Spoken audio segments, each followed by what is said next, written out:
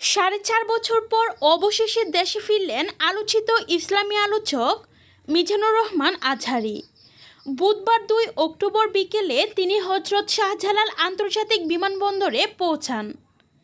বুধবার সন্ধ্যায় নিজের ভেরিফাইড ফেসবুক পেজের পোস্টে মিজানুর রহমান আজহারী লিখেছেন, আলহামদুলিল্লাহ, সালামাতে প্রিয় মাতৃভূমিতে এসে পৌঁছালাম। পরম করুণাময় এই প্রত্যাবর্তনকে বরকতময় করুন, দোয়া নিবেদন। আলাদা পোস্টে মিজানুর রহমান আজহারীর মামা মুশাররফ হোসেন বিমানবন্দরে তাকে ফুল দিয়ে শুভেচ্ছার ছবি পোস্ট করে তিনি লিখেছেন, আলহামদুলিল্লাহ, আমাদের প্রিয় রাহবার এখন প্রিয় মাতৃভূমি বাংলাদেশে।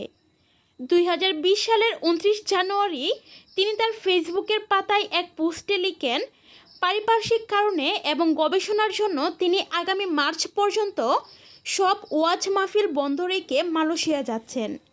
ওই পোস্টে তিনি লিখেন, পারিপার্শ্বিক কিছু কারণে এখানেই এই বছরের তাফসির প্রোগ্রামের ইতি টানতে হচ্ছে, তাই মার্চ পর্যন্ত আমার বাকি প্রোগ্রামগুলো স্থগিত করা হলো। হ্যালো বন্ধুরা, আজ আমি অনেক্স নামের একটি অ্যাপ সম্পর্কে কথা বলতে চাই, যা সবচেয়ে বিশ্বস্ত বুকমেকার। পিএসজি এবং সিরিয়া এই অ্যাপটির স্পন্সর। ইউইএফএ চ্যাম্পিয়ন লিগ চলছে এবং অনেক্স থেকে টাকা উপার্জনের একটি দুর্দান্ত সুযোগ রয়েছে। আপনি যদি এই ম্যাচগুলো অনুমান করেন তবে আপনি দুর্দান্ত পুরস্কার পেতে পারেন। এই অ্যাপে আপনি আপনার পছন্দের দলকে সমর্থন করতে পারেন। এই অ্যাপটিতে আপনি সমস্ত লাইভ ম্যাচের ফলাফল দেখতে পারেন এবং সেই ম্যাচটি লাইভ দেখতে পারবেন। আপনি এটি ভবিষ্যবাণী করে স্কোর অনুমান করতে পারেন, যেমন কোন দল জিতবে, কোন দল কত রান করবে এবং কে সর্বোচ্চ স্কোর পাবে। এছাড়াও বিভিন্ন ধরনের গেম রয়েছে। আপনি যা খুশি তা বেছে নিতে পারেন এবং রেজিস্ট্রেশনের সময় আমার প্রোমো কোড নিউ আপ ব্যবহার করে প্রথম ডিপোজিটে 24,000 পর্যন্ত পেতে পারেন। আপনি সহজে পেটিএম ব্যাংক এবং অন্যান্য সহজ পদ্ধতির মাধ্যমে আপনার জয়গুলো তুলে নিতে পারেন। তাহলে আর দেরি কিসের? লিঙ্ক পিন কমেন্টে দেওয়া আছে, নিবন্ধন করতে এখনই লিঙ্কে ক্লিক করুন। রিসার্চের কাজে আবারও মালয়েশিয়া ফিরে যাচ্ছি। আল্লাহ রাব্বুল আলামিন সুযোগ করে দিলে আবারও দেখা হবে ও কথা হবে ইনশাআল্লাহ। সেই দিনের পর থেকে তিনি আর কোনো ওয়াজ মাহফিলে যাননি, এমনকি দেশেও ফিরেননি। এরপর প্রায় 4.5 বছর পর তিনি দেশে ফিরে এলেন।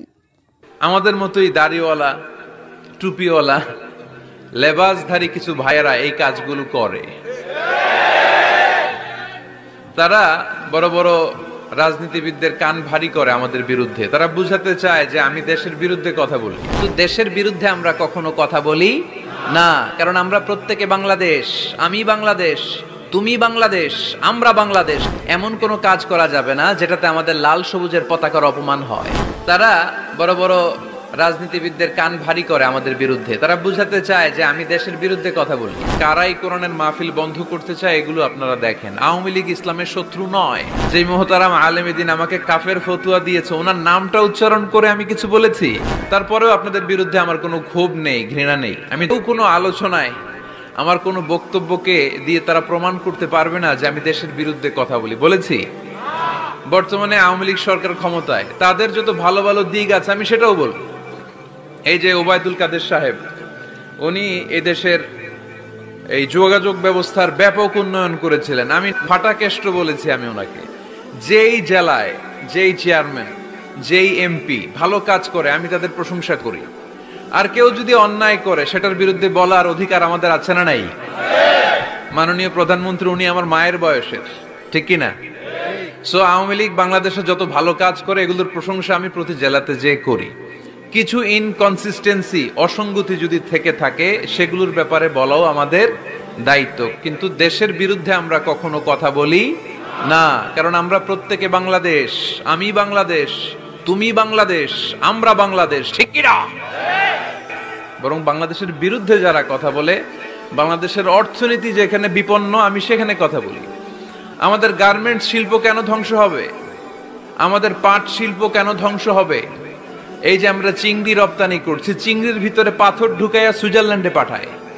ওইখানে অডিট কমিটি পাইছে বাংলাদেশ থেকে আসা চিংড়ির ভেতরে পাথর, এরা চুক্তি ক্যান্সেল করে দিয়েছে। আমরা এগুলোর বিরুদ্ধে কথা বলি। আমরা চাই না বাংলাদেশের ইমেজ বাইরে নষ্ট হোক। শুধু দেশেই আমি এভাবে কথা বলি না, আমি পৃথিবীর অনেক জায়গায় কথা বলি। সেখানে এরকম হাজার হাজার প্রবাসী বাংলাদেশি ভাইরা আমাদের সামনে বসে কথা শুনে, আমি সব সময় বলি এমন কোনো কাজ করা যাবে না যেটাতে আমাদের লাল সবুজের পতাকার অপমান হয়। বিভিন্ন জায়গায় যখন এই প্রোগ্রাম নিয়ে সমস্যা করে, আজকের প্রোগ্রামে আসার আগে আমি সরাসরি এখানকার ওসি সাহেবকে ফোন দিয়েছি। আসছে? আপনি আছেন? তো আমি ফোন দিয়ে বললাম আপনি বলেন, আপনি বললে আমি আসব। উনি বললেন যে আমি 2 মিনিট পরে আপনাকে কল ব্যাক করছি।